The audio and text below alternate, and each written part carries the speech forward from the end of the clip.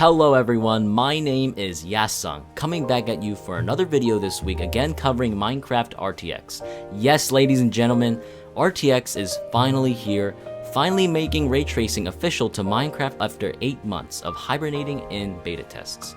Now that Minecraft RTX is out for Windows 10 and soon to be in the future for consoles that support ray tracing, I've really had to get on the hype train to start cranking out as much content as I can for as many people to enjoy on YouTube. By the way, subscribe to the channel if you haven't done so. I will be keeping up with more RTX videos, so make sure to hit that like button and let me know in the comments on how you feel about RTX and how these videos have impacted you to play or just continue to be inspired to watch more amazing videos that will be coming real soon to my channel. Now, I decided to make this video today that you're watching because I've gotten a few comments on my previous video on what should you do if you want the best Minecraft RTX experience. I thought this was a very interesting question that really lacks a definitive answer on the internet, especially YouTube, since all the Minecraft RTX content happened in the betas, which was 7 or 8 months ago, with tons of sponsored videos from Nvidia showcasing RTX, but now we are in the full release, where it's available to all Windows 10 users. Well, supposedly. Surprisingly, there is a hugely unpopulated space in the YouTube search engine with in-depth RTX content. So this will be one of the first videos to go in-depth on what should you do to provide yourself the best Minecraft RTX experience. So my job here today is to answer those questions, so let's go right into business. Now, before I start on any important information, I wanted to preface this real quickly that this video is going to be heavily oriented on what hardware is best, because the hardware you need in order to do any ray tracing is going to be first and foremost, and most likely the only relevant information you are going to need. Now, I'm going to be covering PC users first, particularly because the Windows 10 users received RTX first. For PC users, we can go by the minimum requirements set by Nvidia themselves that was released on their website when the betas first came out for RTX. Nvidia states that your PC will need the following minimum hardware requirements: a Core i5 CPU or AMD equivalent 4 to 6 core processor, 8 GB of system memory, although I would personally recommend 16 GB overall for your rig, and a minimum RTX 2060 graphics card. That's right, most importantly, you will need a ray tracing capable graphics card, which is what enables you to render ray traced graphics in all games that allow you to do so, and in this particular instance, Minecraft RTX. Now, when you are looking out for a graphics card, the most important thing to look for is if it is ray tracing capable.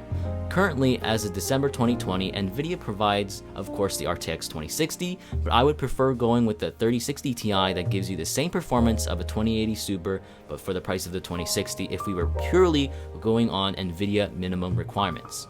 AMD also has a new line of RX 6000 GPUs that also support ray tracing. However, I would highly avoid those video cards as they have consistently shown its terrible performance in independent reviews. So all in all, if you want to do ray tracing in Minecraft, just steer clear of AMD RX 6000 GPUs for now. Now, monitor resolution also plays a significant role in the tier of graphics card you are to buy. Depending on your monitor resolution you play on, different cards maximize its price to performance value, which many buyers, I presume, are also on the lookout for. So, starting with 1080p monitors, I personally recommend looking at the RTX 3060 and the 3060 Ti models, as they are the best value for 1080p gaming. The 3060 lineup is the latest generation RTX cards that give you the absolutely best performance value at this resolution.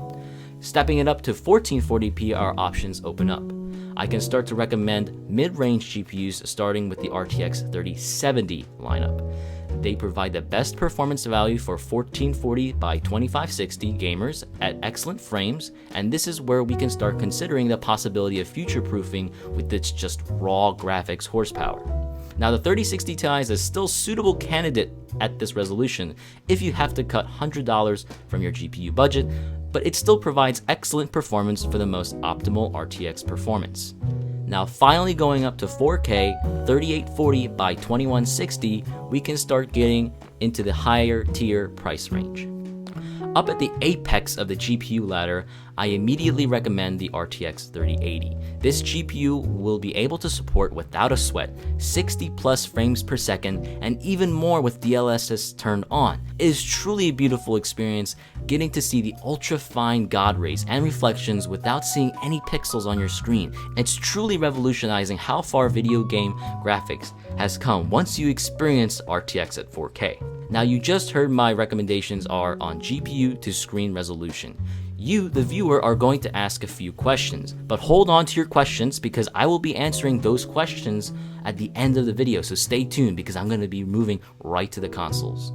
Now as of this video, consoles hasn't got the new RTX update per se, but I'm very confident in the future it will be. But for now, I will go over the current generation consoles, which are the Sony PS5 and Xbox Series X, Series S. Now this is a little bit of a muddy territory as again, RTX for Minecraft hasn't been released to consoles as it has only been exclusively released to Windows 10 users. But based on the current hardware information that makes up these consoles, I can make a pretty reasonable prediction of what you might expect from these gaming behemoths.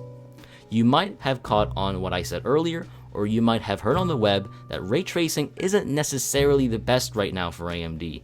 The RX 6000 GPUs, also codenamed RDNA 2, is AMD's first attempt at real-time ray traced graphics rendering, which means that they are going through the same growing pains that GeForce 20 series GPU owners were going through when RTX first came out in 2018. In fact, probably a lot worse. Why is this important to me when I'm trying to ray trace on my console, you ask? Well, wouldn't you know that Sony and Microsoft have teamed together with AMD to implement a full Team Red AMD gaming system onto the new consoles. So that's really unfortunate news for you console gamers because you'll be missing out on the awesome buttery smooth ray tracing performance on Nvidia equipment, but do not fret.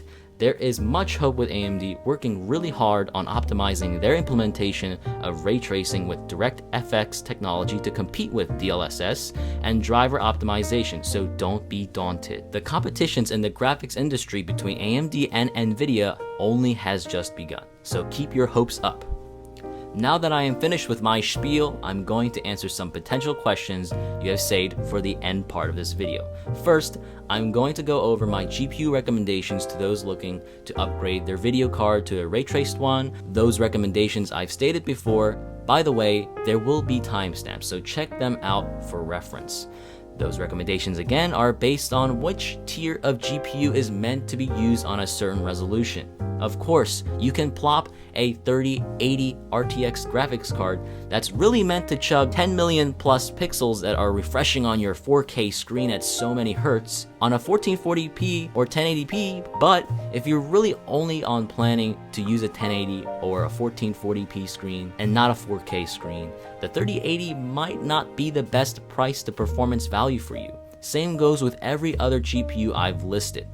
So take into consideration what monitor you intend to use in the long term and align your graphics card upgrade or purchase to that. Second, will you go over console recommendations for the best ray tracing performance once RTX Minecraft releases for consoles? And that is yes, I most certainly will be doing a video on that.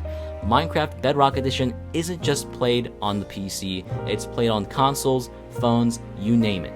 So when RTX shows up on any of those platforms, I will definitely make a video like this one in the future. Now that is the end of the video, ladies and gentlemen. I hope you've gained some useful information when you're going out this holiday season buying something nice for yourself to, of course, play Minecraft RTX at its best, and especially tailored to your own needs. Like and subscribe and share, and I will see you in the next video.